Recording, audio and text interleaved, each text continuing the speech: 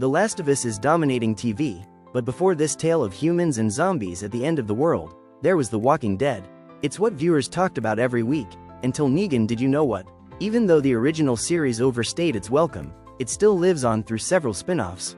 Rick and Michonne were reunited in The Walking Dead, The Ones Who Live, and so were Daryl and Carol in The Walking Dead, Daryl Dixon. Then there was The Walking Dead, Dead City, set in New York City, with the unlikeliest of partners, Maggie and Negan, working together to rescue Maggie's kidnapped son. It was a decent show that forced former enemies to fight as one, but 2 years later, the spin-off has returned with an unnecessary second season. Maggie and Negan have to go back to the Big Apple, but this time they are mostly kept separate. Over 6 of the 8 episodes made available for review, The Walking Dead, Dead City Season 2 limps along more slowly than a rotting walker. Even the once compelling Negan has become utterly dull. Unless the last 2 episodes do something really big, it's time to let this particular spin-off die. What is The Walking Dead, Dead City Season 2 about? The Walking Dead, Dead City first premiered with an interesting premise.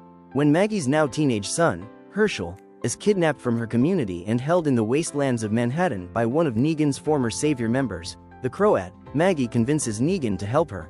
Now that the former villain has turned good, he owes her anything she wants after all the grief he caused her. At the end, it's revealed that Maggie brought Negan along not just for help but as a trade to the Croat for her son. Negan is forced to stay behind with the leader of this show's baddies, the Dama, to be the figurehead for her community in its battle against New Babylon. Hershel is released to Maggie, now minus a toe that the Dama cut off, but mother and son are back together.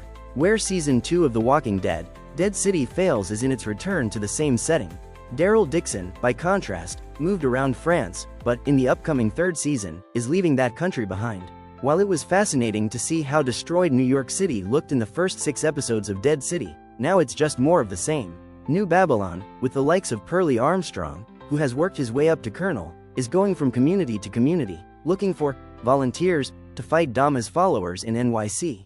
They don't have to say yes per se, but as Armstrong's group hangs one man in front of everyone, saying no doesn't seem wise either. To protect everyone, Maggie agrees to return to Manhattan with them, and Hershel sneakily accompanies her.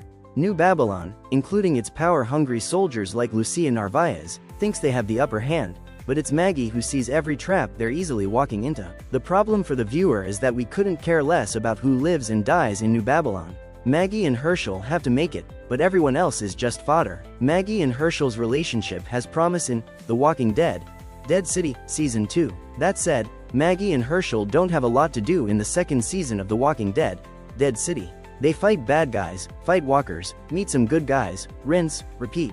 However, their relationship is the heart of the story, especially since the series makes the unwise decision to mostly keep Maggie and Negan separated. There's still a lot of emotion to unpack between mother and son, and Dead City does a good job of digging into it. Hershel is the teenage son of Glenn Rhee, a man who died before he was born. He never knew his father, but his life is consumed by him, because Maggie can't let him go. Outside of Hershel, Glenn is all she thinks about and cares about. In Hershel's mind, Maggie only sees Glenn when she looks at him. Who Hershel really is as a person goes unnoticed, which is even more painful now that he's entering young adulthood. He doesn't care about Negan, and cares even less about trying to save everything to return to some world that seems like it was pretty awful to begin with. As a result, Dead City Season 2 pursues an intriguing direction where Hershel might not be the hero. We know that the Dama is evil, but she manipulates Hershel into thinking he can help her create a new and better world. She's wrong, but all Hershel sees is someone who cares about him rather than who he came from. There's a compelling drama there, but it's being told amid a much more tepid story. Whenever the narrative focuses on New Babylon, Dama, or the Croat, rather than Maggie or Hershel, it grinds to a halt. Negan has shockingly become The Walking Dead's most boring character. So what about Negan? At least The Walking Dead, Dead City has him to lean on, right? Sure, Negan is there, but his character is neutered to pointlessness, with the once cool, charismatic guy viewers loved to hate nowhere in sight. Dama wants him back as a way to recruit people, and Morgan does bring that guy out in a few short moments, including with a new Lucille that can do some new tricks, but those moments are few and far in between. Now, Negan's only doing what he has to because the Dama is threatening his family. He's gone soft, protecting Hershel from afar and begging for the lives of people who are nice to him to be spared. That's great for his development as a human being, but it makes for some dull TV, especially when Morgan is given little else to do apart from mumbling and looking miserable. The Walking Dead world is certain to live on for at least a few more years, but The Walking Dead, Dead City doesn't seem to have much story left to tell.